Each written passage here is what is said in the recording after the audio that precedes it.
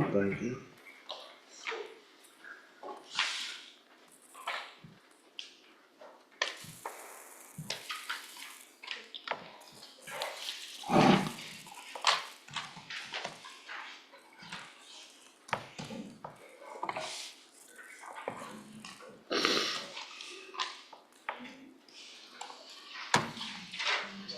So my presentation queued up.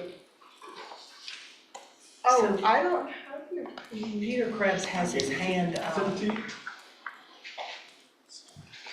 Yes. I'm sorry, I needed it again. Sorry. It's all right. Yeah, do you want to let Peter Krebs talk now or during the public comments? Well, I guess he's raising his hand for public comment. I haven't even called the meeting to order yet. Yeah. I'm just trying to figure out what's going on. Yeah. Okay, just so I'm clear. All right, so are you ready for me to call us to order? Yes. Make sure our technology is. Now,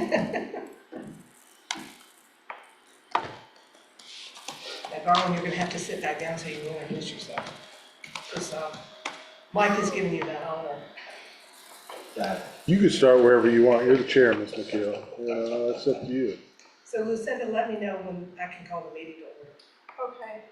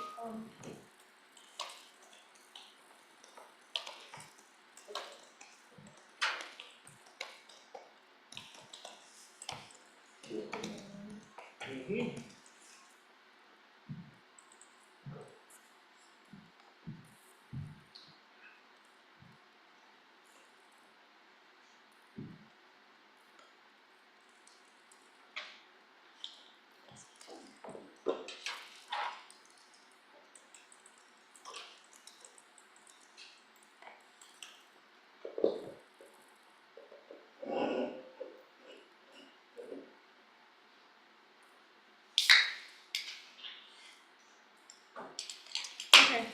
You ready? Yep. All right, with that, I'm gonna call our Thursday, January the 23rd of 2025 meeting to order. Welcome, everyone.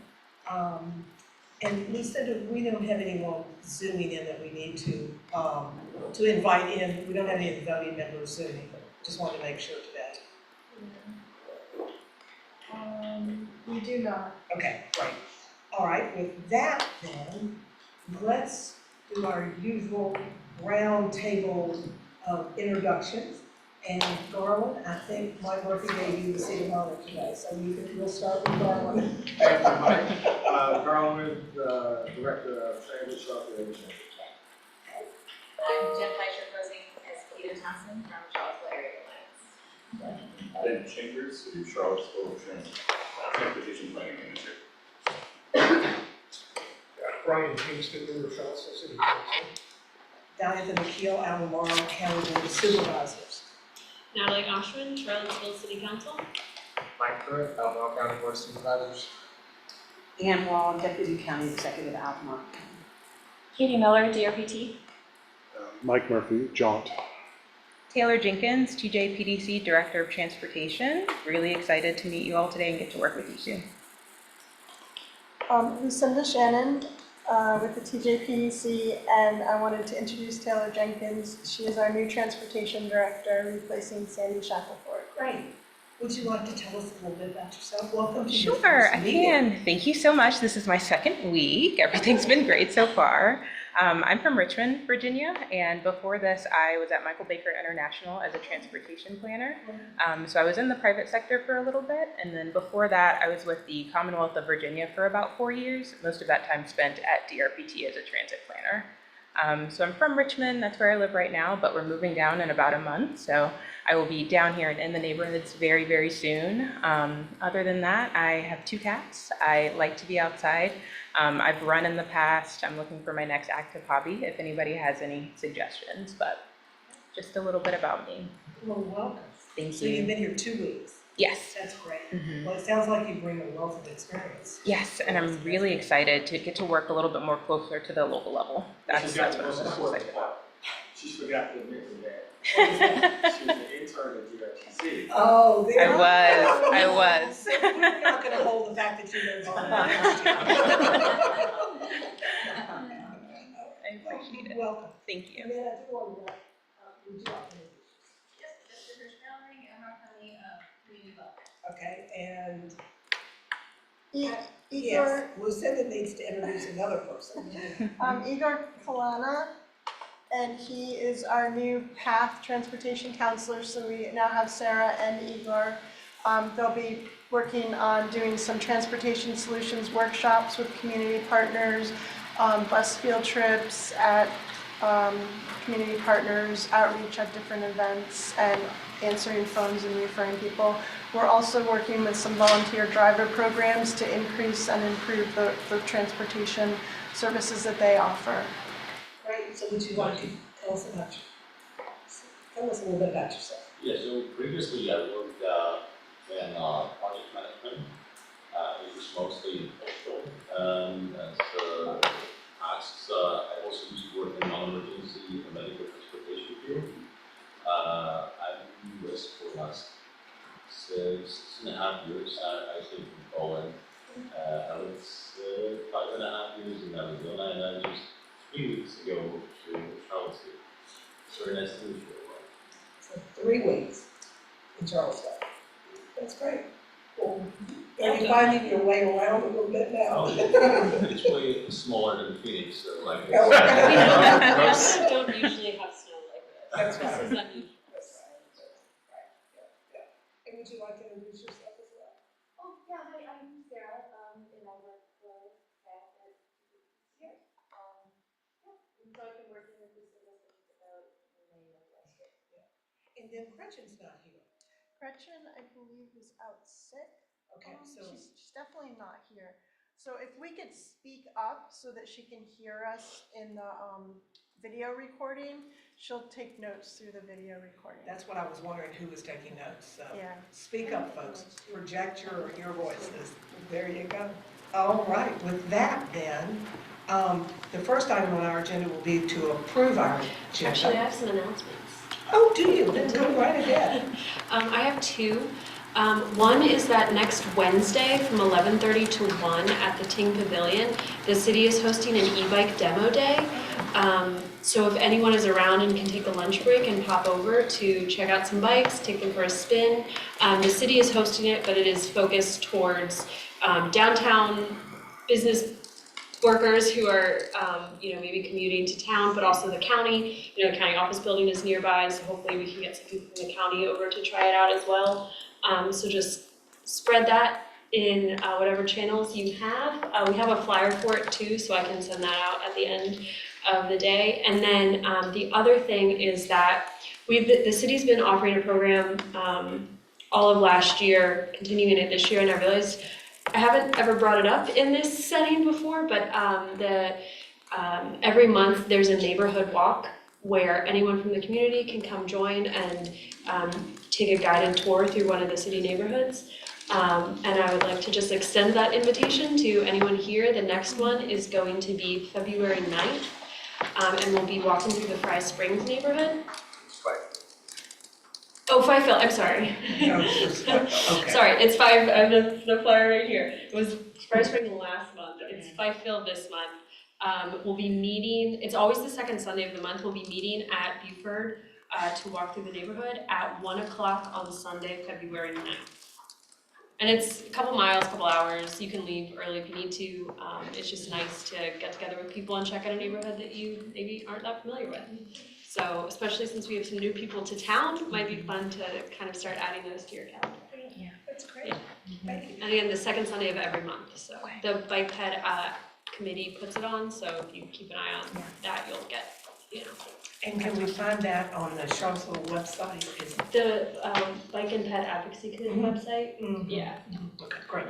Yeah, that's great. All right, it's exciting to have some announcements. All right, with that, I would entertain a motion to approve the agenda For approval of the agenda. and a second. Second. All right, now we've seconded it. So Lucinda, would you call for the approval or Yes. vote for approval? Mr. Pinkston, Yes. Counselor Oshrin, Yes. Supervisor McKeel, Yes. Supervisor Pruitt, Yes. Ms. Miller, Yes. Mr. Parker, Mr. Silsdorf, and that's all. Okay, all right. So we have an agenda that's been approved, and the next item is approval of our minutes from the meeting on December the 12th, 24. And they are in your packet, and I don't know if anybody had any comments or edits about them. Give you a minute to, if you did. If not, then I would entertain a motion to approve the meeting minutes for December the 12th. So moved. Seconded. All right, you all are, have a good team going here this time. Lucinda, you want to call for the vote? Counselor Pinkston, Yes. Counselor Oshrin, Yes. Supervisor McKeel, Yes. Supervisor Pruitt, Aye. and Ms. Miller. Yes. All right, thank you very much. The next item on our agenda, matters from the public, and I don't know if we have anyone signed up. Did Peter want to say? Oh, Peter Krebs, yeah. Yeah. Anyway, I don't know if we have anybody else or not. Yeah, the person who emailed, I don't see them on the guest list. But Peter, you can unmute your mic and speak. You have 3 minutes. Ms. Peter Krebs. Hey folks, I'm actually not a matter from the public. I'm a non-voting member of this board, so I was just raising my hand to say I'm here. Anyway, sorry to dial in remotely. I just had contractors in my house till a few minutes ago. I'll try to catch you guys in a few minutes. And that's great, Peter. We were just confused, and I saw your hand up, and I just wasn't sure what about. So that's great. Yep, totally. And you can hear us okay.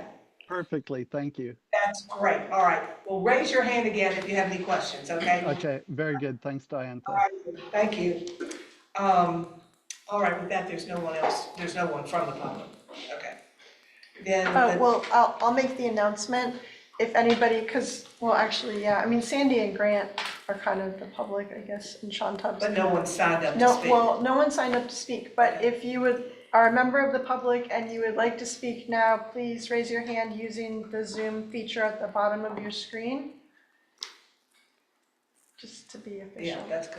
Okay. Lucinda, can you add Grant as a panelist Yes. just for the legislative update? He might have a few comments. Okay, so we're good. And Peter, we can see you now, so that's great. All right, and next item on our agenda are our meeting dates for the next year. And this, to my understanding, Lucinda, is we don't need to vote on the dates. That is, well, You don't have it as a voting item. I meant to put it as a voting I was item. wondering, okay. All Sorry. right, so we have an attachment, and you can see that the meeting dates are listed. And as usual, what we have scheduled is to cancel the July meeting, and we combine the November and December meetings.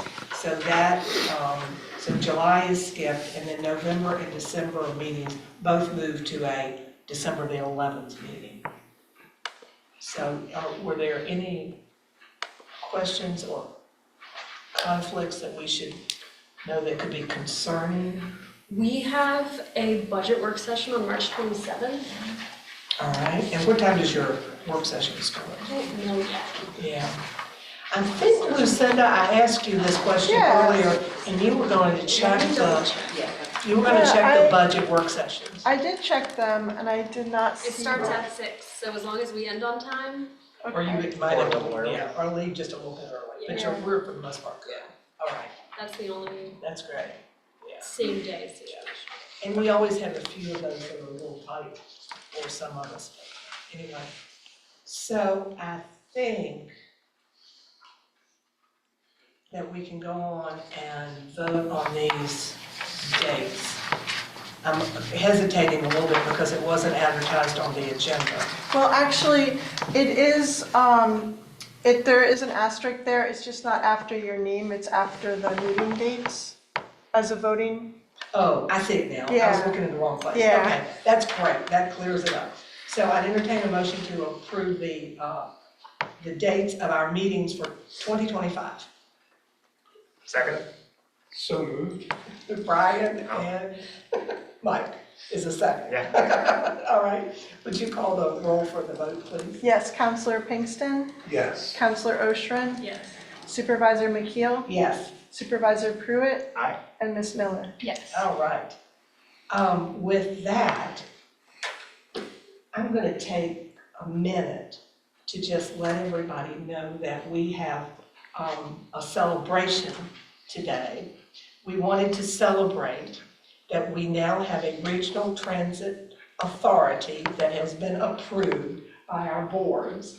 So we're going to take a minute to help ourselves to some cookies and something to drink, bring them back to the seat. You got time to get here. If you want a cookie, we'll see if we can throw it at you, Peter.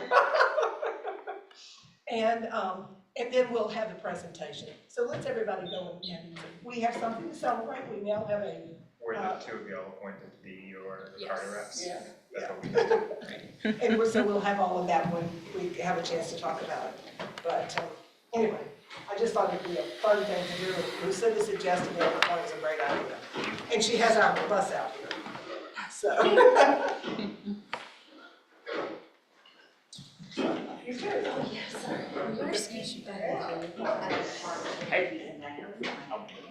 Thank you for that. What are you thanking me on? Making me go first.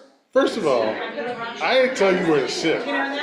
So all I did was not sit there. True. So, But thank you for that. you know. So much blaming. I don't know. I try not to do the blame games.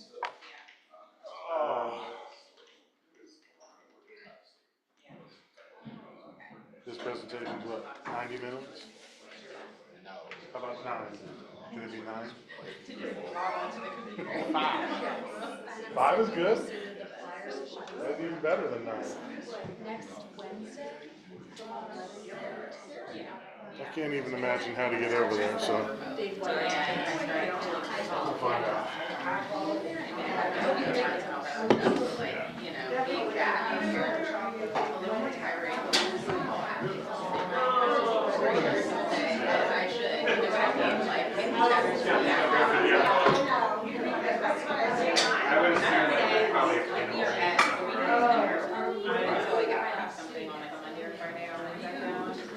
But not if we leave early, so I'm so happy to decide to I'm sorry, I was ready to put, links.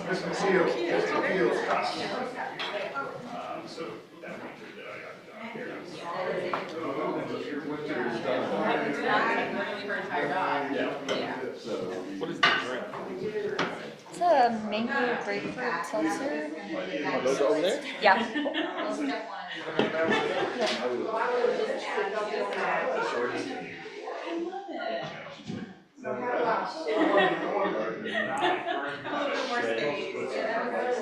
I don't know how to actually attach it, so that's not my device.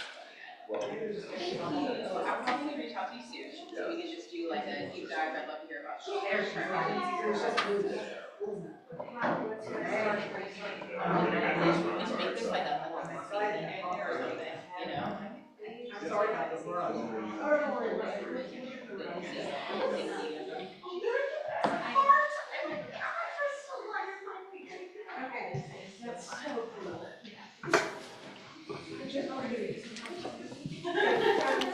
It's all photos.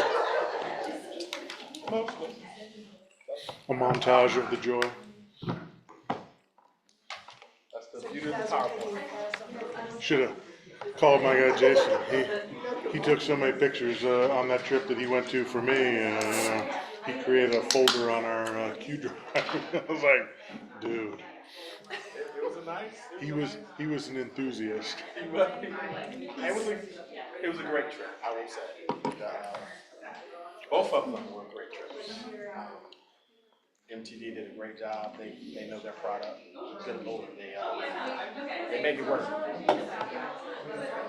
Do you send staff to watch bus construction each year or periodically or?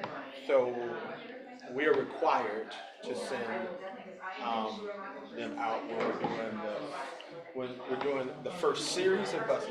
Someone has to go for the checks because there's a checklist that someone has to sign off on. Okay. Especially if we're making even if we're making a small tweak. So we made some changes to the interior, to color coding, some railing.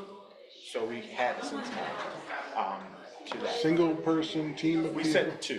Okay. We normally send. I guess it's a practice that went away at JAUNT that I'm trying to bring back. I'm trying to decide who goes and how many. We send our maintenance director, and then one of the mechanics, one of our senior mechanics. Jason is online, is in attendance online. Yeah, he and I talked about him listening in. I mean, he loves all things RTP and MPO and planning. I just can't stay away. He's an ambassador for planners everywhere.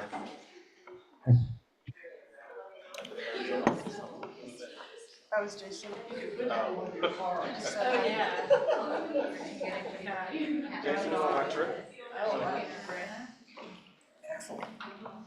All right, everybody is ready.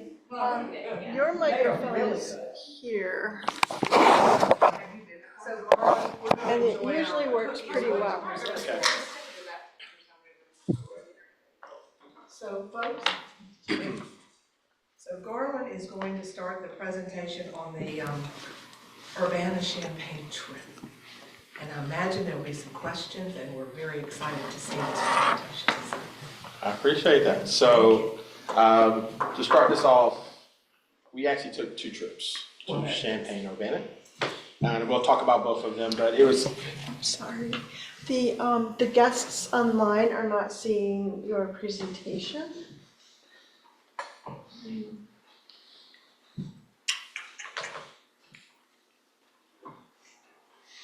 That's weird. Because you shared it. Do it again. Oh, that one. Yep. So did that do it? Did that do it? Should. Yes. Now that we're on the side like that. Let me just double check. Jason and Peter, can you all see? Just want to make sure you can see. Yes, we're all good. Yep. Thank you, Diantha. Looks great. Thanks. Perfect. We're sorry you're missing the cookies and coffee and tea. Me too. I'll eat double cookies next time. You know I will. All right. So now that everybody can see, how do I move this? Yeah. You did it. Did I? Yeah, you Okay. did. I don't know how I did it, but I did it. All right, so we did two trips to Champaign, Urbana. Basically, it was paving our way to a zero-emission fleet. Two fact-finding trips, I guess you would really call them. Exploring some hydrogen fuel technology that they have there. They're kind of cutting edge. So this presentation basically highlights the fact that they are a sustainable transit agency that's operating in the Midwest. So primary objective for the two trips to the Mass Transit District in Champaign, Urbana was to observe groundbreaking hydrogen fuel cell technology and learn about their critical aspects in getting their transition done. And then they talked about how they use hybrid diesel right now, and they're looking at battery electric as a future consideration. These trips were aimed at getting the elected officials that attended. We had elected officials on both trips, really educated, and an opportunity for them to engage with one of our peers and let them have kind of hand-on experience and ask as many questions as they can. I think it was a great trip. All in all, we took 32 people over two trips to Champaign, Urbana. A lot of coordination, but it worked out really well. So first starting off about why Champaign-Urbana, why MTD? We looked at the city comparison, very similar in nature. Both are Champaign-Urbana and Charlottesville have major universities. The University of Illinois is the major university there, and the University of Virginia here, of course. Similar transit profiles in the sense that they have they're in a transportation district, so it's really not covering all of Champaign and Urbana. That was one of the things, but they were innovative in the sense that they're one of very few transit agencies that started their transition with hydrogen as opposed to battery electric. And we went there to learn kind of their thought process, and then how did they make the transition, and they made it kind of flawlessly. And they talked to us about their mistakes, I guess you would call them, and how they really corrected them. But they also talked about the benefits of using the hydrogen technology versus the battery electric as they started their transition. So Garland, let me just ask, as we go through, do you want people to ask questions as we go through, or do you want? Whatever your option. All right, so if you have a question, go on and ask it. Sometimes that's the easiest. Sure.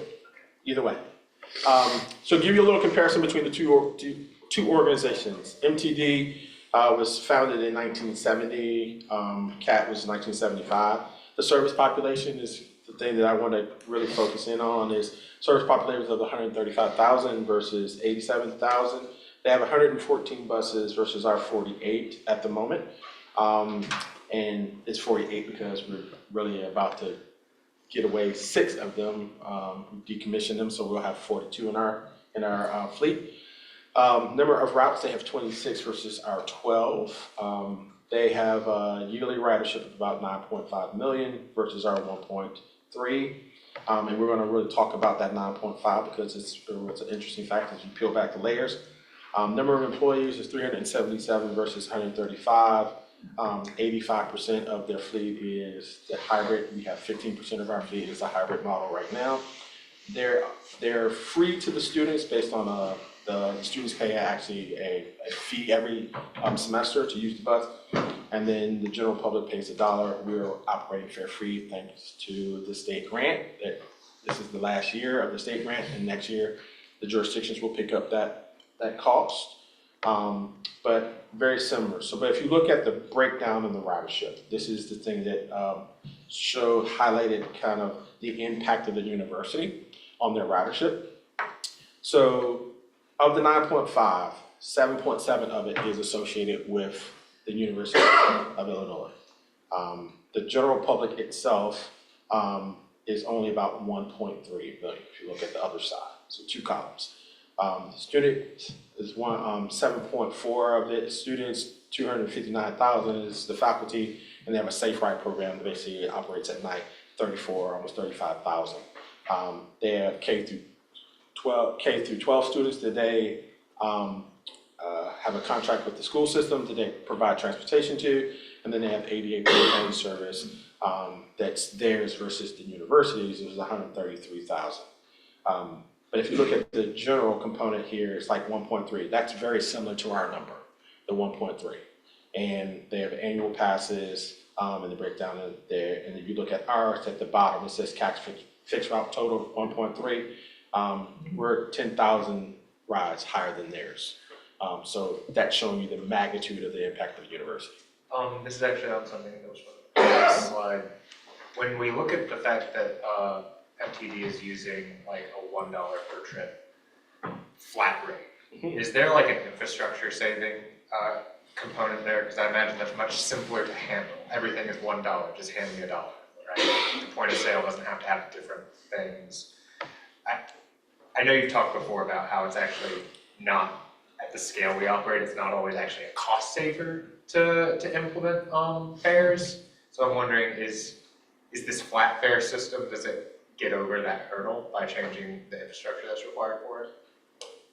So let me make sure I don't go down a rabbit hole and deviate from I realize maybe this is a very big question that outstrips the context that we're looking at, but it's interesting to me. So for us, we were charging fares And the amount of money that we were collecting that didn't even get, so there's a ratio in transit world we call the fare box recovery ratio, right? In most transit agencies, that's double digits. In most high performing transit agencies, that number is about 20, almost 20%, 20% or higher, right? We were in the low 6%, 5%, 6% on a good year. We were actually probably in some years spending more on counting the money up with our staff, having the armored car come service. When we added all that up, it was more expensive to actually collect fares, collect the money and pass it on than not charge. So that's one of the things that we had a beautiful conversation with the state about when we applied for the TRIPS grant money. We pointed that out. We weren't really collecting more on a good year. If we collected $500,000, we were lucky. So it's not a lot of money. Yeah. Did I answer your question? Yeah, I mean, it sounds like a lot of the cost drivers for that aren't affected by having a simpler fee structure. Because you still have to pay an armored car, you still have to pay. Yeah, so I think so some transit agencies collect fares to prevent abuse of the service. And that's a policy decision, right? So I'm more interested in, from my vantage point, getting as many people to use the service as I can, because the benefit to CADI is the more riders we have, the model that works for the state is I potentially get more revenue to operate our system. So I'm not as interested in collecting fares because our fare box system wasn't working well in the first place. It was 25, 30% off every single time we counted the money. So that is a major concern. And getting away from those antiquated fare boxes, we'd have to come in with the state and change our whole infrastructure. And there's expectations that we go to a new model, mobile pay and all sorts of things that are kind of the standard in the model now are very expensive endeavors for us to challenge with a limited staff. Yeah.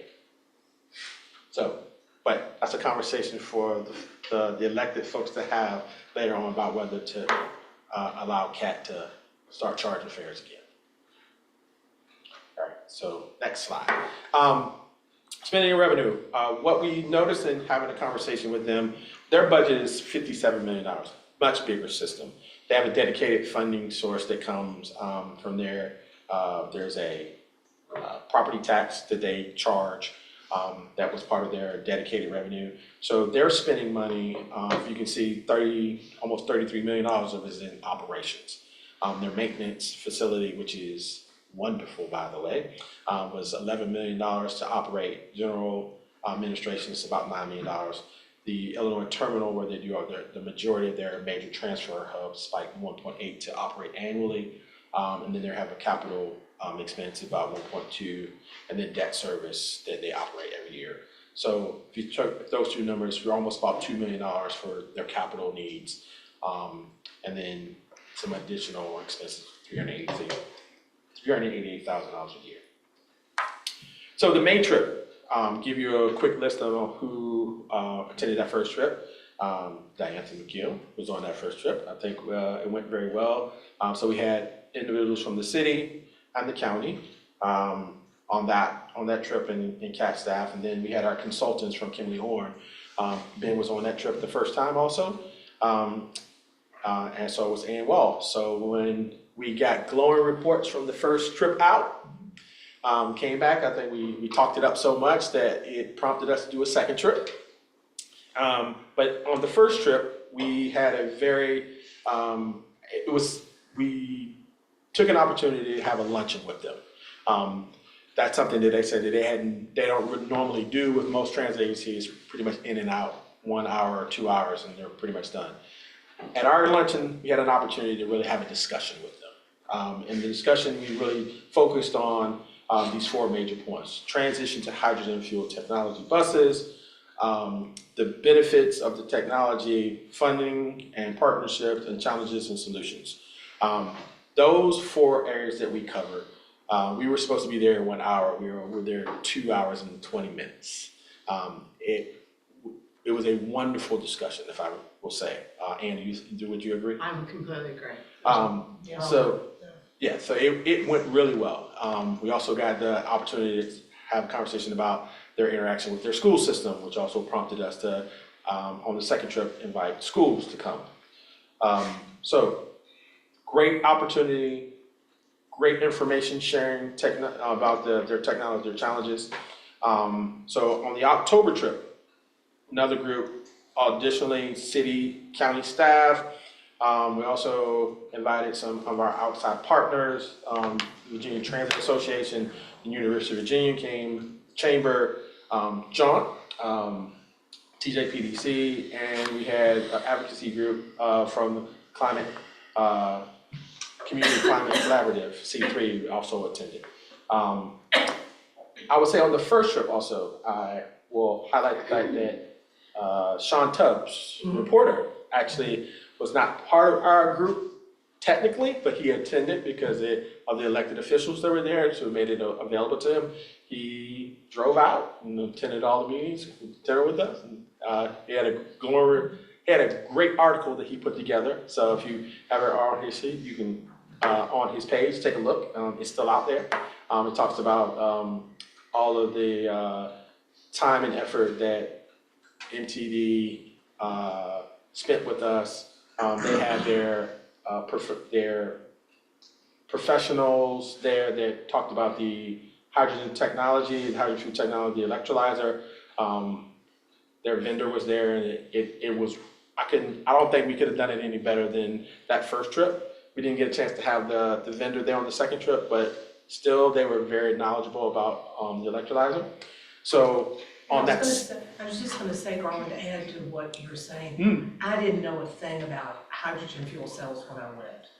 And it really was an education when you say Anne and for those of us that went in, what hydrogen fuel cells are all about and how they work, because they're using solar. And I don't want to get into too much, but I learned a lot about it, and you're going to get into a lot of that. We are. But the technology part was fascinating. Technology part is fascinating. They talked about their funding structure, it was fascinating. They talked about the challenges, and they're in a really cold climate, so they get negative 15, 20 degrees there. So they talked about some of the advantages of having their facilities built so that they can park all of their buses inside.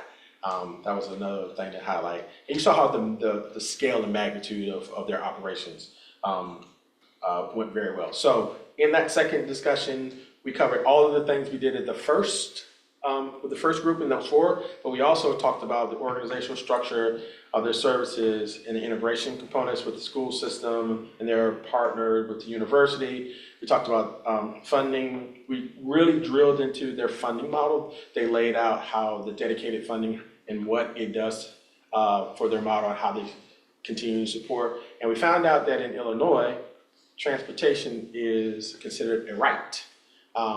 So they are really dedicated to making sure that their system run as efficiently as they possibly can. Challenges and solutions was another one.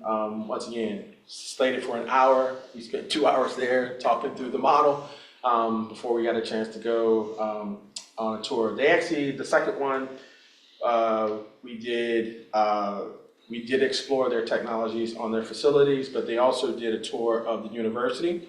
And we got a chance to see some of a major capital project that they were able to leverage because of the nature of the transportation district. They were able to lay concrete basically all around the university. That cuts down on their maintenance costs, all the streets that they're operating on, because you don't have to worry about the asphalt breaking up, because you lay in concrete, it's going to be there for 30 plus years. So that was one of the things they were able to leverage by just being a transportation district. We didn't get a chance to this time tour the second trip to tour the transit, the transfer center, we were walking over there and there was that change in school with the kids, so they said we're gonna prevent that, so we said we're gonna come back, but the tour took longer than we anticipated with all the questions and the interactions. But we did get a chance to get on property. We got a chance to look at the hydrogen production facility, the fueling station, and their actual great facilities, and went up into the one of their training rooms and had a nice discussion about an hour before we ended.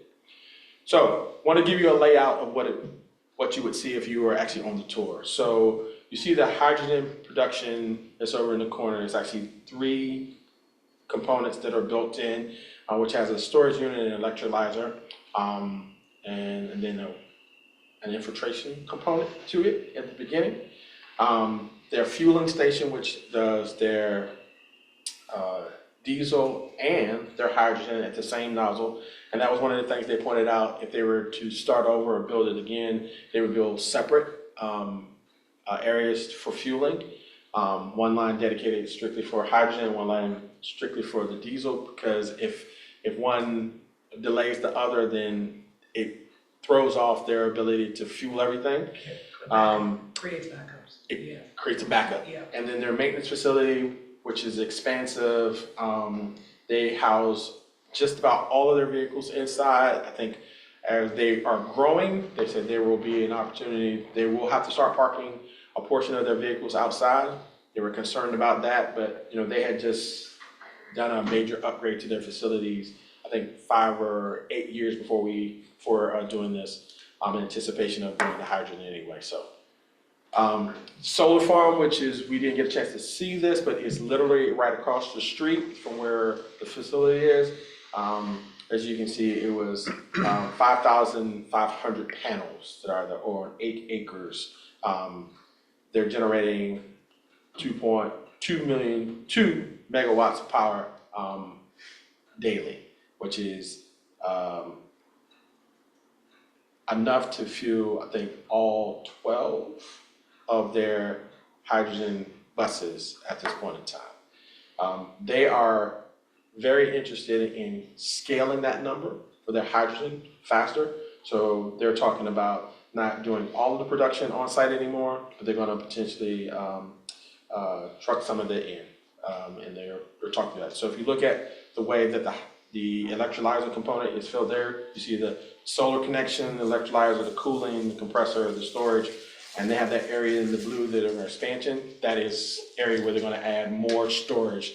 They're going to expand their fleet of hydrogen to 90 vehicles, and they're going to expand storage to be able to store fuel for up to 110 vehicles. Yes. Do you know when they built the solar field?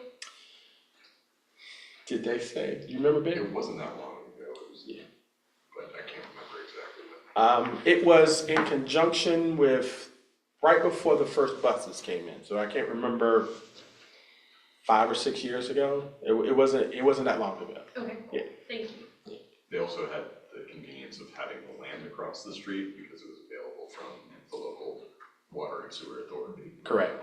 So it just happens to be across the street and unused land, and they were out. You're not gonna be able to put anything on it anyway. So they took that took advantage of the proximity and put the solar in right across the street. And they utilized some rooftops too. Rooftops, any space that they can get. Yeah. Mr. Krebs has a comment. Oh, sure. He says that's amazing. So then the hydrogen could act effectively as a battery tool for the solar. So the solar is creating the power to power the electrolyzer, which is getting us the hydrogen. Correct. Yeah. Then the problem with solar is it makes energy when you may not need it. This way, you could store your excess energy as hydrogen, that's so smart. Yeah. And it's absolute, I mean, what they kept stressing to us is, if you want to say that you're clean, this is absolutely clean. This is 100% Compared clean. to Yes. what many are using. They want to be clean from production all the way through dispensing and use. So this is what they believe is the cleanest model that they can provide. And I think adding to that point was that Champaign-Urbana is a huge engineering school. They are a world-renowned engineering school, and they said we have to, if we say we're going to be clean, they said our university folks are going to say you have, and remember they were talking about this, and we actually have to prove to them that we are doing what we said we were going to do. That's right. And they did say that at first they had some pushback from some of the engineers at the university, but once they sat down and figured it out and realized exactly what was happening, they were all in. Absolutely. It took a while. Carl Gannett is their CEO there. Wonderful guy. I could talk to Carl, oh my God, I talk to him probably 2 or 3 times a week, every week on our way to go each trip. It's like you're talking to an old friend, very knowledgeable. His staff was great, every single one of them, which by the way, each one of these trips, he brought 7 to 8 members of his team to answer every single component that we needed. So wonderful opportunity. If ever get a chance, we may try to organize one more trip. And I remember too, one of the important things, and did I interrupt you? I didn't mean to. No, go ahead. One of the important things he said was, don't get all down in the weeds on the colors. That's right. He said, everybody wants to get into the weeds about the colors. You can address that, Carl. That's right. He said his thing was get the hydrogen. Don't worry about it, whether it's red, blue, green, gray, doesn't matter. He said because eventually what's coming out of the tailpipe is 0. So they're doing their job on the back end. So and it solved the issue for the range components that most transit agencies struggle with on the battery electric side. And he said it just gets everybody in a swirl about the colors, and he said at the end of the day, it doesn't matter. That's right. So I didn't know when we talked about this during the city-county joint meeting, I didn't know what this meant. So for anyone else who's listening who does not, apparently this relates to the provenance of the hydrogen and how green the production and delivery of the hydrogen to its source was, which speaks to what I was going to ask, which I saw also Ethan asked in the chat, which is, if I'm remembering correctly, they do have to supplement this with off-site hydrogen that they bus in, correct? Not yet. Okay. So as they expand their the number of hydrogen buses, they will be expanding it by transporting some in, and that's where their concerns about, they're not getting into weeds about what the color is. They just get the hydrogen and then it'll make the model work better. So currently it's 100% on-site production. It is. There's probably going to be, as the scale changes, there'll be gaps, and then probably the production facility changing. If I can make a point about the color of the hydrogen, so I didn't get the same sort of, let me see if I can frame this. It's not that the color doesn't matter per se, it's just we can get lost in that conversation, whereas if we move towards using hydrogen in this way, it seems like to me that the suppliers are going to catch up and provide the green hydrogen, whatever you want to call it, responsibly sourced hydrogen. The source will get cleaner, absolutely. So that's a good distinction. Yeah, so in other words, I mean, if they are out burning trees to create hydrogen, that wouldn't be what we want. But correct. That's not what's happening. What was interesting to me is, of course, we'll see with the new administration how things go, but there's definitely a lot of efforts at the federal and the state levels to unlock this potential. And even what I found remarkable, what is the Love's? Is that the name of the gas stations?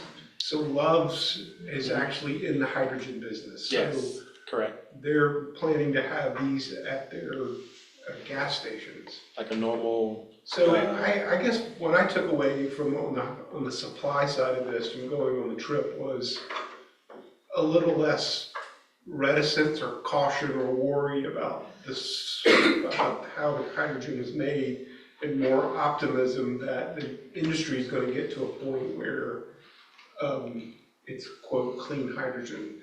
That said, I can appreciate, Mr. Hiles over there, you know him.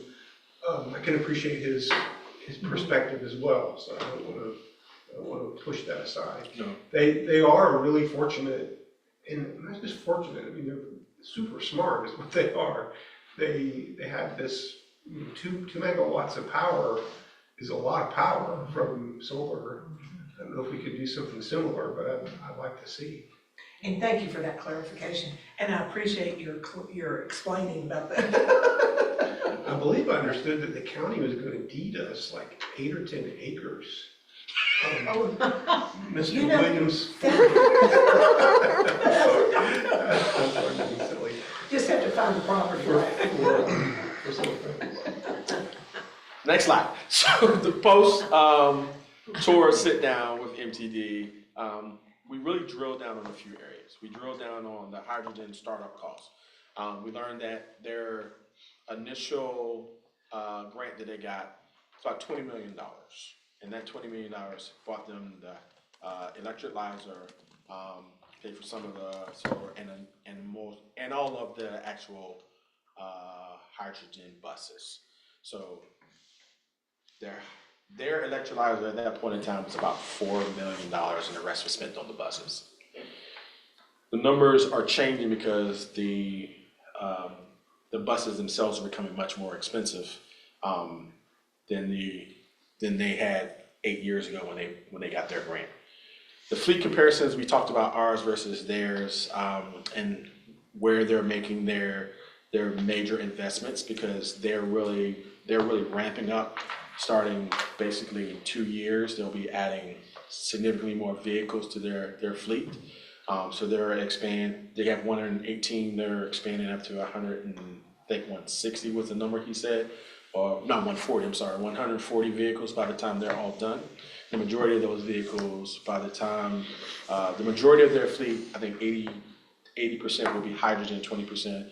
The back end will be battery electric. Battery electric is going to be a part of, and that was the thing that he emphasized with us, battery electric is going to be a part of their model. They just inverted. We were looking at battery electric first, and then hydrogen on the back end. They did hydrogen first, battery electric on the back end. Their thought process there was to allow battery electric technology to mature a little bit and get the ranges up a little bit more significant before they make a major investment on the battery electric side. So what they're doing is actually providing redundancy. They are. And that's what we would want to do too. That's exactly what we're trying to do. And so they started with the hydrogen first, right, the hydrogen cell, and then they're going to back, yeah, and we're just reversing it. Correct. So you said that the buses that they bought were X number of dollars, but now they're more expensive. Since generally the trend for technology is for things to get cheaper as time goes by, how come they're more expensive now? Because little secret on the transit world, you have very few people who buy buses, very few transit agencies, right? You have a limited number of them. It's not in the interest of the manufacturers to lower their costs. So if you're paying $1 million today, you're going to pay $1 million tomorrow. You're going to pay $1.1 million a year from now, maybe 2 years from now. I came from GRTC, and they told us, oh, when we bought CNG vehicles, it's like $50-some thousand. Well, that number's going to go away. That number never went away. Yeah. It's not in their interest to make it go away. Once again, you're paying it now. The market share is small enough that they can. Market share is small enough, they're going to continue to pass it on. Okay. And I would add, Garland, right, like, there's no such thing as mass production of transit vehicles. Every single vehicle is built to spec. That's correct. And so, like, down to seat belts and radios and everything. So they're not, it's not like a Ford where they build, certain models and then they just tweak it for Cat versus Jaunt versus Champaign-Urbana. Everything down to the studs is different by order. I'm glad you brought that up, because when we order, that's why we've had these conversations about why does it take so long for Cat to get a vehicle? It's because of that. Why is it like that? Because the demand's so low. The demand is so low. No, but I mean like the different designs and shapes and specs. How is there Because not, like, different transit agencies need different things. So you may need a stronger suspension system because you live in an area where there's more hilly or or you need something stronger, right? Because the industry says you do based on your past performance. They'll tweak that model for you. That's not the same frame that they're putting on my vehicle versus yours. So we go through this process. We actually send a person when it's time for us to put our buses on the production line, and they go through every single component that we have. We have to sign off on every single one of them, and then they will start the process. When they do start the process, though, it is actually fairly quick. They put the vehicle on the production line, 10 days later it's off. We have a bus. It's just getting on the production line that takes 18 months or 19 months to get there. Is there a part of that problem that is like government side procurement driven, right? Like there's a stereotype that government offices are bad at procurement or tend to gold plate procurement requests. No, it's just that there's very limited production facilities. I think that's really the case, because think about it from that context. I'm not gonna have 15 facilities around the country. I've got maybe one or two, and that's really, Gillick has their main facility in California, and then they have a parts, I think in Texas or something like that. Between those two, that's where all the production is done. So when we send our folks out to California, they actually make the product, they drive it here, or drive it to wherever. So that's where they're breaking the vehicle in for us on their way to see if there's anything that potentially goes wrong. And there have been opportunities in times where they've had issues with the vehicle and they've turned it around. They wouldn't bring it to you, so. Is this also a problem overseas, where you might imagine there's higher demand? I don't know about the overseas model. Yeah. No? Okay. I mean, if not every, but so many localities have buses, how is that in demand? So when you say so many localities, so think about the number of properties. I can't remember do you know the exact number? It's like 200 some properties. Like it's not a lot of properties that really have. When you say buses is a subjective description. So if you're talking about a commercial bus that is 29 foot or higher, that is on one production line. If you're talking about a body on chassis that's something smaller than 29 feet, like an airport would use, or a JAUNT vehicle, that's a different production line, different companies, and they specialize in those areas. So if you're saying there are a lot of folks who may buy the JAUNT model, there may not be a lot of people who are buying 29 foot or higher. And because of that, the scale of what they're producing reflects that. And your refresh cycle on a big bus is 12 years. Right? And ours has to be more than 5 years and more than 100,000 miles. So, if we're only gonna buy 15 vehicles a year, and Garland's got 42 to 48 in his fleet, and he only refreshes them every 12 years. Yeah. We're talking about About 2 to onesies 3 and years. twosies every year. Yeah. That's not as much demand as you think, even though you magnify it throughout the country. But there are transit agencies that are buying hundreds of buses at a time.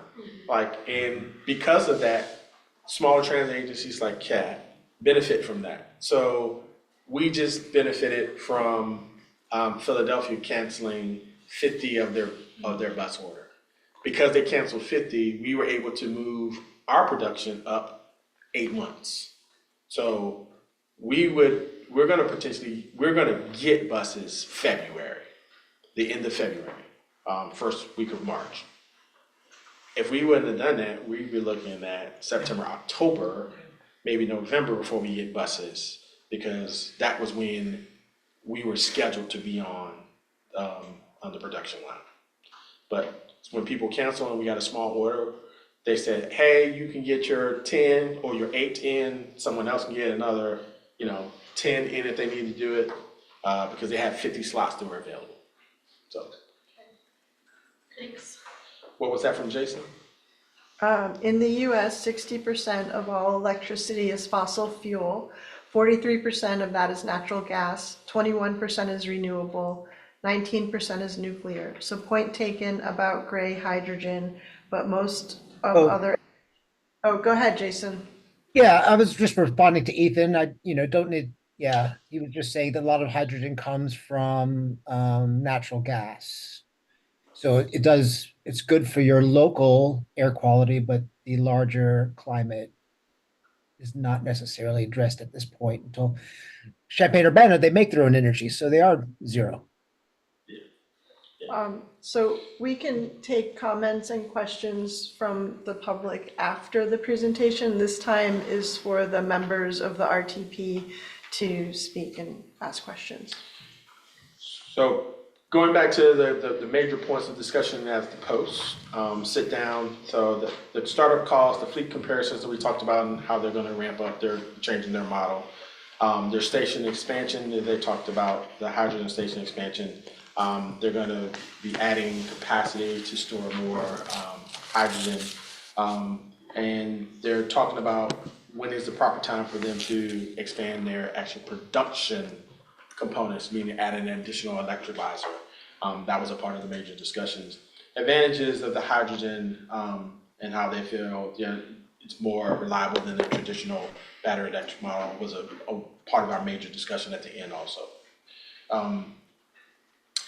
Giving you kind of a footprint of what their model looks like. If you look at the MTD service area, the two areas there, that all the green is where they operate in or have a presence, which also includes their paratransit service. So you look at the university and the downtown components, and then on the routes and the hubs, so there's kind of four major hub components that kind of connect everything in their system. They run almost like a grid pattern that connects the routes and the routes throughout their system all day long. So it's blanketed in, and then if you look at where they, yes. Sorry, back to that map. There's no measurements on there, so what's the scale of that? Like, do we have this miles square? I do not, but I can get that information for you. Yeah. Thank you. Absolutely. But we do know from the earlier slide, the number of people that were in there was like 187,000. That was the range of the service population that they will be, that they have a connection to. Okay, right. That's helpful, thank you. So we talked about in great detail about the MTD fleet comparison versus they've got the 12 hydrogen vehicles. If you can see, they're expanding their model from 12 to 24 to 46 to 51 up to 70, which is they have out to 2040. They're on the same scale that we are, trying to be zero emissions 100% by 2040, but no later than 2050. Same model for us. We're trying to be zero emissions by 2040. Drop dead no later than 2050. So giving ourselves that 10-year cushion with all of the infrastructure improvements and everything we need to do. We may need that additional 10 years. We'll see what happens. And it's a very expensive model to pay for. But it's also showing that the battery electric model, if you can see, 2035, they buy 4. So, and then they ramp up, they buy 30 the next year, and then they get to 48, 50 is what he said in the last model, but this is the scale. And they're gonna be adding additional vehicles in their model because they're expanding their footprint. One of the interesting things, and we had Carl and I talked about this in pretty great detail as a side note. When I called him for the second one, I said, hey, can you pick us up at the airport? And he said, we cannot. We aren't allowed to operate to the airport. So we actually had to schedule a private charter to get from the hotel downtown to the airport. He said that is the thing that's causing him the most concern, and he's trying to fix that. But because the model says that they are in that footprint, they can't go outside of this footprint. Legislation will not allow them today. And they're trying to get that legislation changed so he can operate to the airport. Did he provide any background as to why that's the case? Like, is the airport getting most of their revenue from parking, so they don't want shuttle service or something like that? Our airport doesn't charge for parking. It's a very small airport. And It's owned by the university. It's owned by the university, absolutely. So one airline that goes in. It's American. Has the airline, the airport itself, no flights in after 8 p.m. So we were looking at we had 2 opportunities to leave on Saturday. And every time we went there, we left on the Saturday. It was either get there at 5:30, 6 o'clock in the morning to leave out, or 7 p.m. in the afternoon, and that was it to get out of Champaign-Urbana. Not a lot of traffic into the airport whatsoever. Okay. All right, so CATS comparison, we talked about. So we're buying 2 battery electric vehicles through a grant that we got from the RPT. And then based on our authorizations from City Council, we're doing 2 pilots. First one is the battery electric one. We're adding 2 battery electric this year. We're looking at 2 next year. Katie, we're going to change that number to 2. So then brings it to our 4. And then we're looking at FY27 order for delivery, FY28, 3 hydrogen fuel technology vehicles for our second pilot. And then we will aggressively go in the direction that we get the most success. And we'll figure out, so that's why that green color is just, whatever is zero emissions, we'll figure out what the composition looks like once we have the real data and our pilots as opposed to pilots from other folks. So that's where we are. Projected costs, once again, they talked about what they spent on their station, $8.6 million. The solar was $5 million. They only spent $3 million on the buses. $3 million on the buses. Wow. For the 12 hydrogen buses at that time. That is not the case anymore.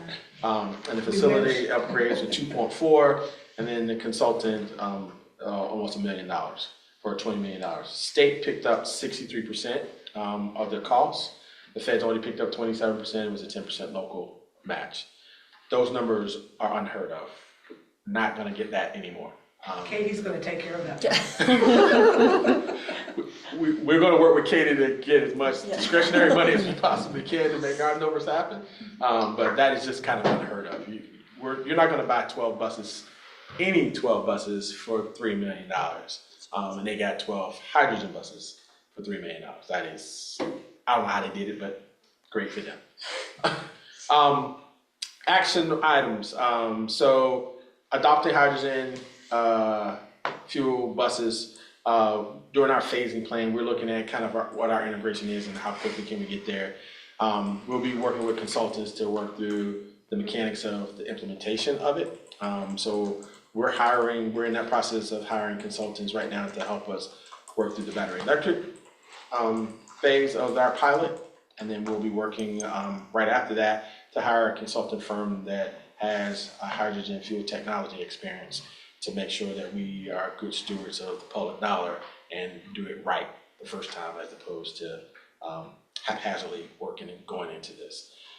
Infrastructure development the technology is changing so rapidly and so fast, but lessons learned, making sure that we don't combine our fueling stations was a major component. You don't have to have as much separation as we thought we did, which was also a great thing learning. And then aggressively developing training for the team. Our team has great experience on the battery electric because we have hybrid right now in our fleet. So the battery electric component is not the major training that we're really going to need. There's a significant training component on the hydrogen side that our team will have to integrate that, and we'll be working through that with the consultants. So all the research has been done. We're not buying any more fossil fuel vehicles starting January 1st of 28. So 27 is the last year. Through December 31st of 27 is the last year we're committed to buying any fossil fuel vehicles. Right after that, it's either the battery electric or the hydrogen. That is it. Because we're committed to making sure that we complete our transition by 2050.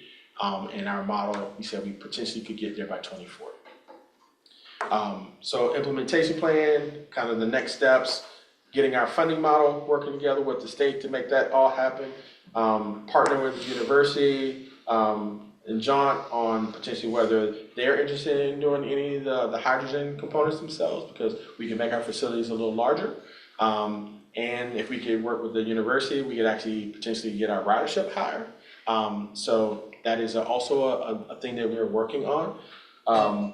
And hopefully we are fruitful in those endeavors in the very near future. Conclusion, trip was outstanding. It did the education for us, valuable insights on the hydrogen technology, shows the operation efficiencies of using that advanced technology, got us a deeper understanding of their sustainability plans. The impact CAT was, they have really influenced kind of our trajectory. It shows that hydrogen is a viable source. It showed the elected officials it is not, it's not just theory in some book, it's actually being used in a practical manner. And I think that was one of the things that is extremely valuable and just, in our fact-finding journeys here. And with that, take any additional questions. And I'm just opening it up for questions for the folks in the room here, because we do have another part of the agenda we have to get to. So you all, if you have questions, and then Lucinda has been keeping track of questions and comments that have been coming in through the chat. We will take care of those and share those at a later date, because we have to finish our business meeting here. So, but I do want to open it up for questions from the board. Did you have one? I'm sorry. Yeah, absolutely. Well, mine was not a question for explaining, it's quick. Is this presentation, was that sent to us? Or I will send it to you. Okay, that'd be great, thanks. That's great. And I think hopefully most of the time we do send out the presentations, but this one would be really good to share. So go ahead. Yeah, so I had a question about the ridership piece. Mm-hmm. So because you just mentioned that in that last slide. How much of the decision-making for Champaign-Urbana, and obviously we're prioritizing environmental mitigation impact for this hydrogen thing, but how much does the ridership influence the planning and the infrastructure build? I don't think I'm asking this right. Like, is Champaign-Urbana also getting federal funding based on their ridership, and thus they decided to go hydrogen for, okay, So all transit agencies get additional money based on ridership. Okay. They are like us, and they're getting an additional supplement of funding called stick funding, which is designed around small transit agencies similar to us, because their number is so much higher than the normal mid-level transit agency, small transit agency. They get an additional supplement of funding, and it's about $300,000 per million riders, I think it's like what he said. So every million riders that above what the feds consider to be the norm for the small urbans, they get additional supplement. So they're reaping the benefit of having that connection with the university, their ridership being so high, it is helping drive. But even if that wasn't the number, they were making the transition anyway. That was not, it didn't matter whether they had 1 million riders or 9 million riders. The MTD had made the decision, their board had made the decision to transition to zero emission vehicles. Okay, so it's not this, so I'm thinking way strangely here, but if they were not, if their numbers showed that, like, because that's what I noticed, their proportion of ridership was way higher than ours. Absolutely. Proportionally. So, but if their numbers showed that there wasn't that ridership, are all sized vehicles ready to run on hydrogen? Like, if we turned out to say, like, you know what we really need is not a bunch of buses, but a bunch of minivans to make our ridership proportion we couldn't higher? So, great example, but the practicality of trying to run minivans for an urban system, we do have loads that are much higher than 6, 7. That is not even a part of our equation. Okay. So, and when you're running a fixed route system, I think that's the thing that people misjudge. Every single stop, you're not gonna pick up a full load. But over time, when you start from the first stop to the end stop, the goal is to have the capacity there to pick up 12, 15 people at a time and continue to pick up people, right? So transit buses are designed to have people seated and standing, right? So you have 35 seats, but you can also have 20 people standing for a load of 55 people. You can't do that in a minivan. Right. You would have a hard time doing that in a smaller body on chassis vehicle. Urban design vehicles, buses are designed to do that.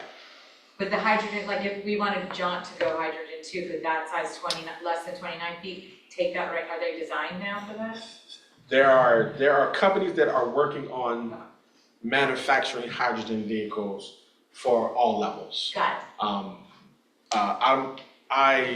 I don't know his model on the manufacturing as well as I probably should, but I would say that I don't know whether you have to send that type of vehicle through the Altoona testing or not. I would imagine that they do, but I haven't seen that pop up that it has gone to the Altoona testing yet, but I'm pretty sure it's coming. Thank you.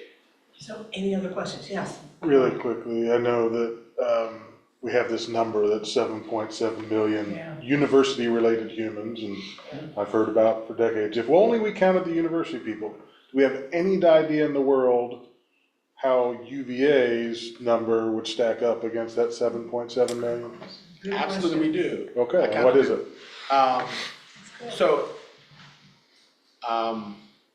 Let me say it this way. Some of their number, because of the way that they operate their system, and they're designed to change their frequencies to meet the needs of the hospital, I can't count those riders because as a public transit agency, I have to advertise my schedule and stick to it. I can't just arbitrarily change it because the hospital calls and says we need more buses. That can't happen on a federally funded transit agency. So we have to remove those routes. We could try a project with them where we would pick 2 or 3 routes that service grounds, I'm learning, that would have an opportunity to partner with them through a kind of a management contract where we'd be able to capture their ridership. And then we'd be able to potentially expand from that as we work out the bugs. But I can't give you I could give you the full number, but it's gonna be jaded because I know I'm gonna have to take a big chunk out of it because when they are changing daily, sometimes hourly, when, like I said, the hospital calls and says, we need more buses coming out here and they respond to that, I can't do that kind of model. So we would leave those routes to the university and take care of things that are more fixed route oriented that are gonna benefit not just the university, but also the greater community. What's the number? It could be 3, on the routes that we looked at, it could be up to about 2 to 3 million additional riders. Interesting. And I just want to make sure, Peter, you are essentially in the room as a member. I want to make sure you don't have any questions. So many questions, but let's keep the meeting moving. You're absolutely right, Dan. So we'll be back on this topic, I'm sure. Okay, thank you. Yeah, if anybody has anything, they are more than welcome to give me a call, and I can talk through it with them. Don't let this be the last conversation you want to have. So Peter, if you want to more some detail, just give me a ring. I was going to say, this is not going to be the last conversation we have about this topic. But thank you very much. And you will share the presentation now with Lucinda so we can see it and get it in our inbox. That's great. Yes. All right, so moving on, I believe, Kate, you're on for a legislative update. Yeah, and so our policy specialist provided a short list of some of the legislation that you all might be interested in. I will say, full disclosure, we can't say whether or not you should lobby for it or if DRPT supports or opposes these bills. And Grant's on to be able to answer some questions, but I know he has to hop off in a second. So if there's any questions you all have that we can't answer, I can take them back to our policy team and get you guys answers. So some of the bills, the transit and rail bills, there's one HB 1982, SB 1097, the Commonwealth Mass Transit Fund, Hampton Roads Transportation Accountability Commission. That would be to provide 2.5% of the Commonwealth Mass Transportation Fund to Hampton Roads Transportation Accountability Commission for the TIE light rail. It includes various provisions and requirements for such a fund and requires through enactment language that DRPT disperse its emergency reserve in fiscal year 27 to temporarily hold harmless impacted agencies. HB 2619, SB 919, private companies providing public transportation services employee protections. That would require certain public transit providers to compensate and benefit private contractors of public transit to at least an equal amount to an equivalent public employee. SB 779, railroad safety, a minimum train crew used in movement of freight with the civil penalties. So that requires railroads to comply with federal rules requiring two-man crews with some exceptions. It authorizes the SEC to enforce these rules and spells out the fines for violations. So transportation in general bills, there's various bills about changing, expanding, or otherwise tweaking rules regarding photo speed monitoring devices or license plate readers. The HB 2234, SB 1250 expands liability protections for management of the Transportation Trust Fund to the Central Virginia Transit Authority. Some studies of interest are HJ 445. This directs the Joint Legislative Audit and Review Commission to study transportation options in rural areas for persons with disabilities and identify ways to expand or enhance such transportation services. This bill is a recommendation of the Virginia Disability Commission. Mike spoke with the Virginia Disability Commission related to this several months ago. HJ 449 requests the Department of Transportation to study options for taxation of hybrid and electric trucks to account for the shortfall in gas and diesel tax revenues that will result from the use of such vehicles. This may impact the Commonwealth Mass Transportation Fund. And finally, the Joint Subcommittee on Growing Needs of Northern Virginia Public Transit met several times in the fall and released its interim report.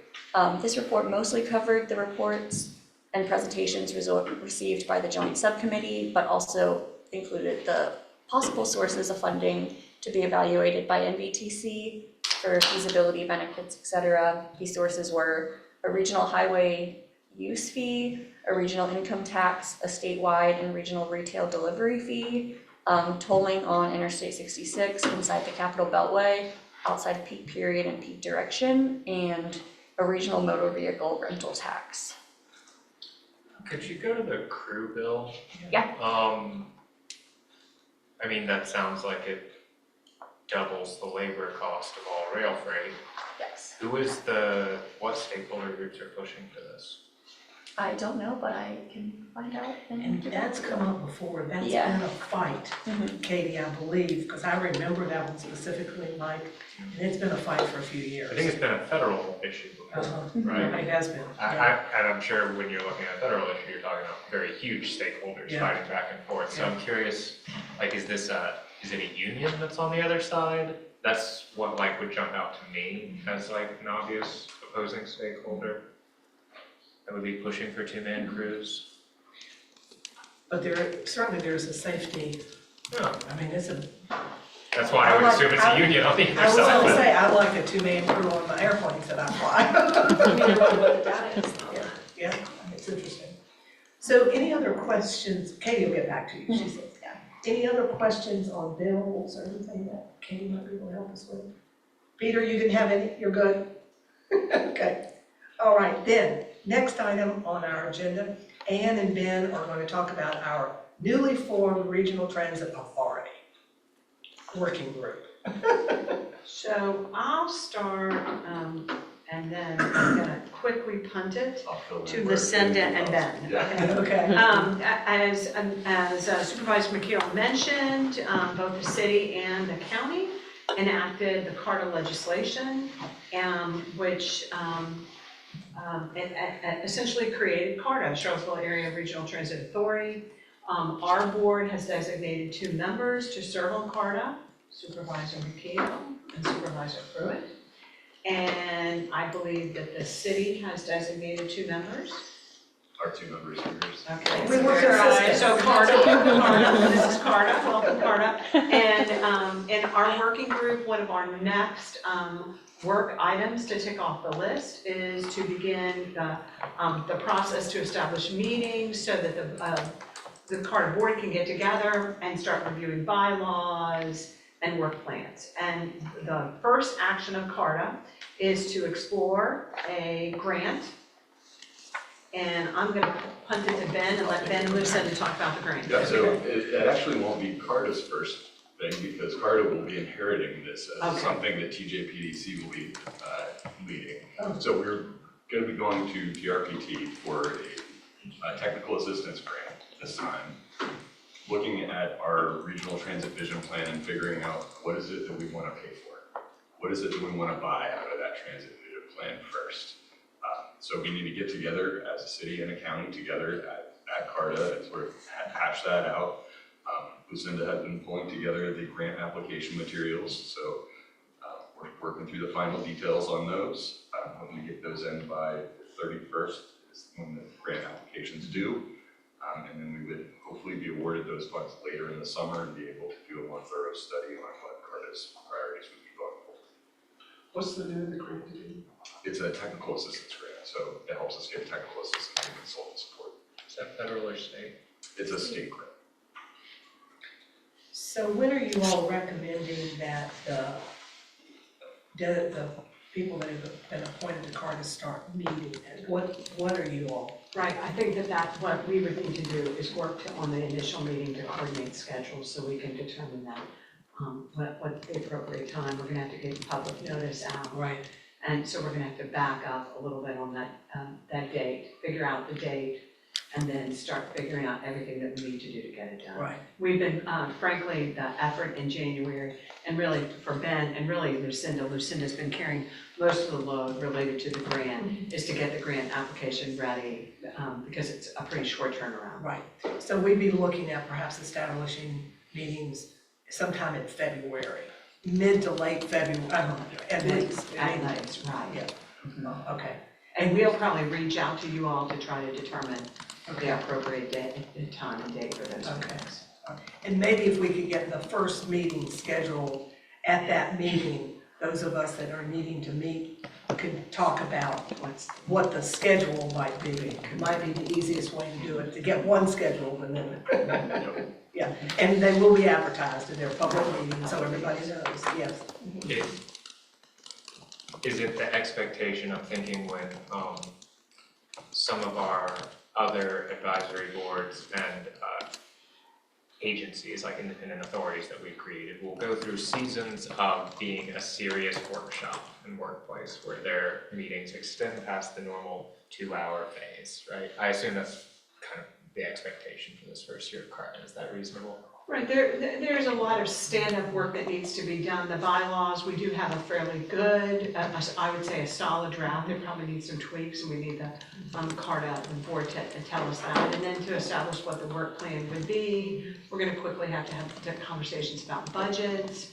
And then once, hopefully, the grant application will be successful, and we can get some information from the grant application, and then that will be where CARTA really begins to roll up their sleeves as we look at priorities and how it is that we fund those priorities. Sure.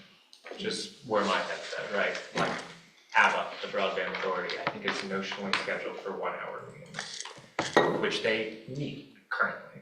But when they were going through body application processes, those were 6-hour meetings because they were serious workshops of business.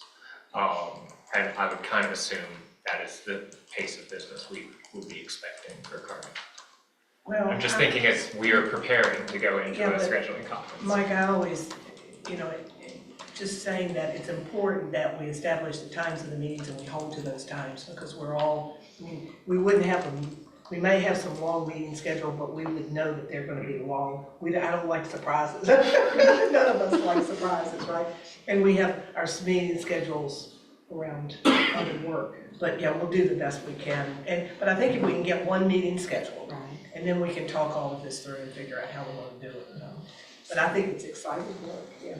I'm excited about it. Yeah. So if you all can work with Lucinda to get something out to those of us for at least a first meeting, whether that's middle or towards the end of February, whatever it might be. I'll send something out in early in February. In early February. Remember though, the earlier you send it out, the better, even if the meeting is mid to late February, because we need to get it on our calendar. Okay. Just saying. We're meeting Monday morning? Yeah. I believe we have, I think our work group has a meeting, I do think it's Monday, I feel like it's February 3rd. Well, that's not this week, it's Tuesday.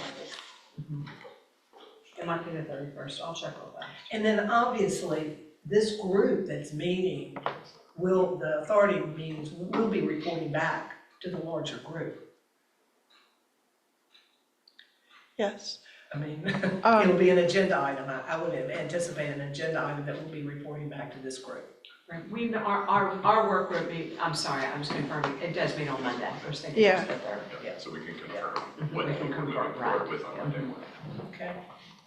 Anything else we need about this particular, any questions or any?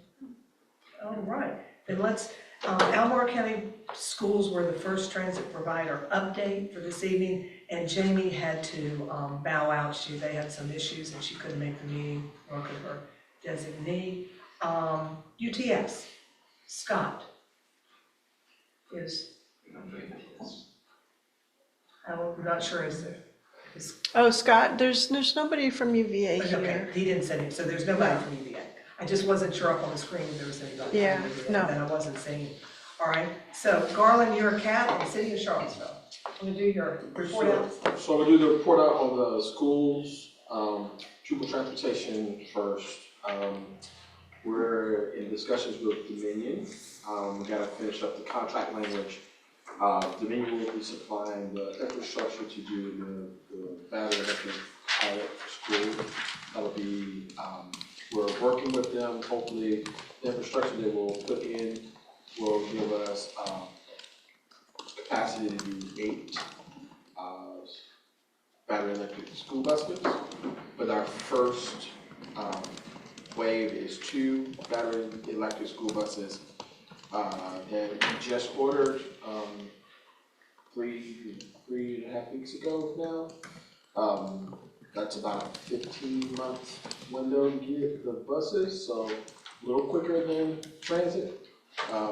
So we don't have a whole lot of time in the sense that all of the infrastructure, all of the site plans, all that stuff has to be worked out to make sure that we are able to charge the buses before we receive the buses. So in talking with Dominion though, they basically tell us once all of the planning work is done, it's about a 45 to 60 day window they should be able to get the infrastructure in place. So it's pretty quick turnaround once they, on their end, because they've been doing this in places other than us. So they've done it for Albemarle County, they've done it for a bunch of other school systems. One of the things I continue to point out is the agreement between us and Dominion would be the city and Dominion would be they will pay for the infrastructure, but those buses have to be on those chargers in the summertime from noon to 6 p.m. That is a requirement. So we take that out of our fee in the summertime because that is a part of the agreement. They're paying for all of the infrastructure. They're using them to supplement the grid in the hottest part of the summer. So the battery is putting additional energy back on the grid to help. So just be aware of that. Now, we're working with them to make sure that if we want to add additional capacity, that we can do it as long as we pay for the infrastructure build out, that we would have to keep those buses, the additional buses we buy. We're working through that language right now, hopefully, with Dominion. So it's not every single battery electric bus that we buy would have to be on the chargers. That would cause a major issue for us to be able to do service delivery. On the transit side, We are getting ready to start our NEPA process, which is the first step, so we can actually get our infrastructure put in place, so we can actually have charging stations for our battery electric buses. The team will be signing off and putting a purchase order in next week for our 2 battery electric buses. So that starts our clock, 20 months. I was hoping it was gonna be 24. We need the time. We've got a lot to do to make sure it's part of a larger infrastructure need that CAT has. But that's kind of phase 1, which has the charging stations, also the improvements to the maintenance facility. Temporarily, even after you look at building a brand new facility for that can handle battery electric and hydrogen in the future. So it's 3 pieces all in one, but that whole process starts February, hopefully February 1st. We're working through the RFP process right now. That's it. Any questions for Barbara? Okay, all right. Mike, I believe you're next. John. Like everybody else, there's a lot of time and energy going into the state application process due next Friday. We are engaged in a grant process right now that is with Dominion and some other partners. It's also taking some time and leading towards a go, no-go decision about whether we can actually take advantage of the grant that they landed, mostly because of availability of the vehicles by type, and the grant only being able to pay for chargers. So we'll see where that one heads. Sadly, there's a lot of time and emotional energy going into a really challenging medical benefits renewal year for us, where the rates are not awesome. So it is a really tough process to try and balance, how we can take good care of our employees and also manage dollars well. So, but it's going to get decided within the next couple weeks. Most significantly, since we've been together last, I held a full day retreat with our board last Friday, and Grant and Katie were able to join us from DRPT. Christine was with us. Garland was not able to be there that particular day. And it really, for us, with a real blend of people who've been on the JAUNT board seemingly since before we were born, and those who it was their second meeting.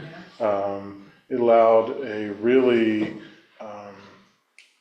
great opportunity to get everybody to understand all of the variables and what's driving us, both from what we learned in the past, where we are today, and the considerations as we chart, our future course. I think maybe more important than any of that is when we got to the afternoon, the board went through a really great exercise to issue some priorities for the year ahead. And we're going to kind of wrap up that work by extending our regular board meeting in March to kind of wrap up that process. And I think that those priorities are about being a part of the region and collaboration and, codifying our relationship with CAT, on ADA and securing the right tools. We are woefully behind on technology and some of the other things. The other thing that I guess I convinced them about was internally how important it is that we revolutionize some of the people practices. It's really difficult to have a high-performing organization when most of the people I inherited have never had a performance evaluation. So, but it'll happen this year, for sure.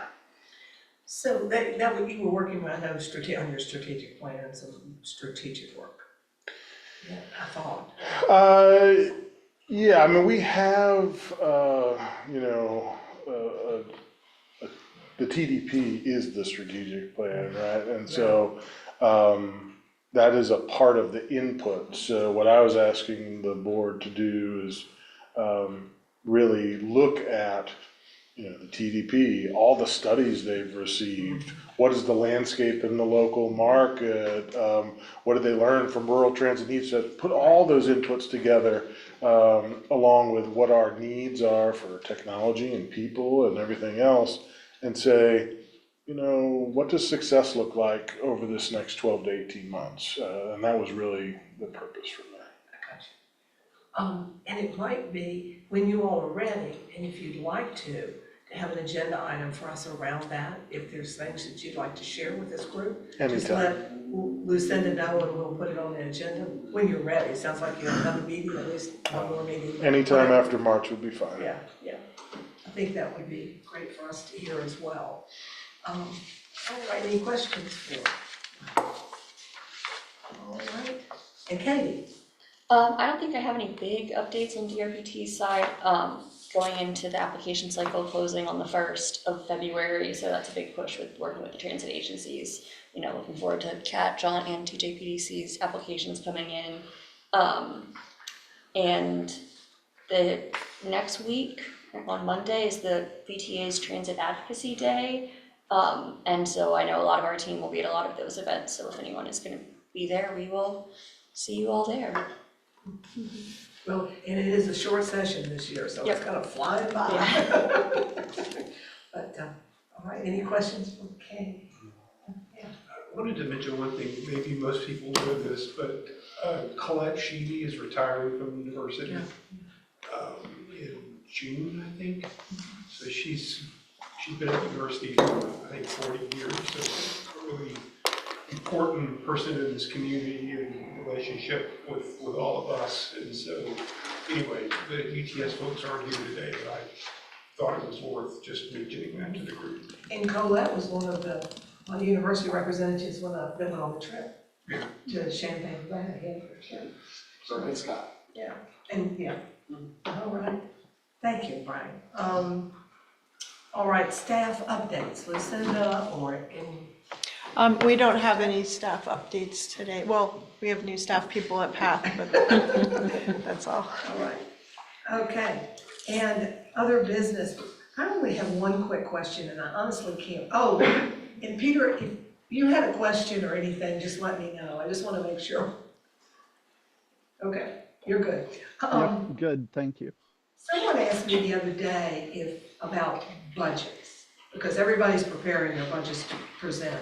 And I honestly can't remember, have you all presented your budgets to us in the past? I was thinking you did. Yes. And I thought you all did too as well, Mike, but I couldn't honestly remember, and what was the timing? After the boards have made, the city council and board of supervisors have made a decision on our budget. And that makes perfect sense. So we'll plug those in, thinking about agendas. We'll plug those into our agendas. Because it's kind of put the cart before the horse. I can say the budget's gonna be this, and you said nope. Yeah, I get that. I was just trying to think about when the timing was, so it's probably like May for us. Yeah. It was May or June. But the last time I remember, I stood up and I talked about, I gave everybody those sheets and said how we, but that was like. And that was what I was remembering, but I just wanted to check on the time. Was it June or July? June or July, one of them. Yeah, okay. Well, it's not gonna be July, because we. June, that's what it was. Sounds good. Just from my head. Anybody else have any other business? No? We're good? I did some research on that bill. Did you? What'd you find?